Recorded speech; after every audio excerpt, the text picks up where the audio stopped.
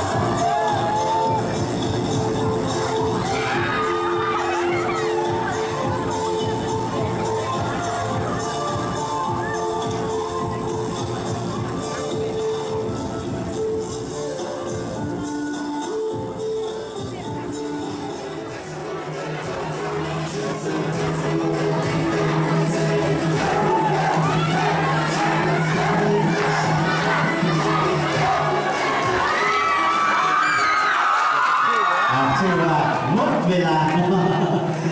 เรื่องเวลาในการฟัง สู้ไม่ถูกปกติใช่ไหม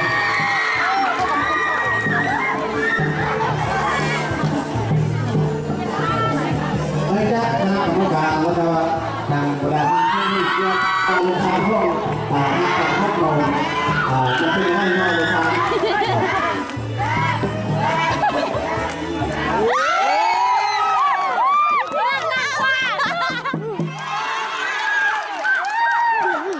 นอนห้องสุดท้ายแล้วนอนทั้งสามลืมย้อยแล้วสมบัติ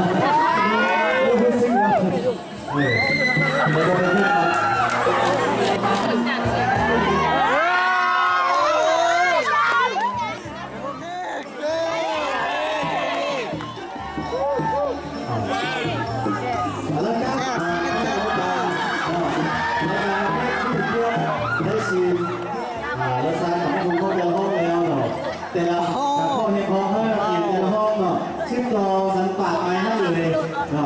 หรือว่าจะต่างปากให้กระไรบัว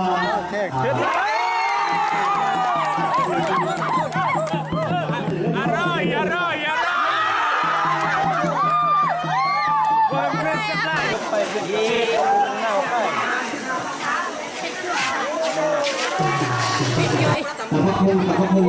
ไปไหมไป เอามานี่แล้ว เป็นประเภทหนึ่งกันเออไร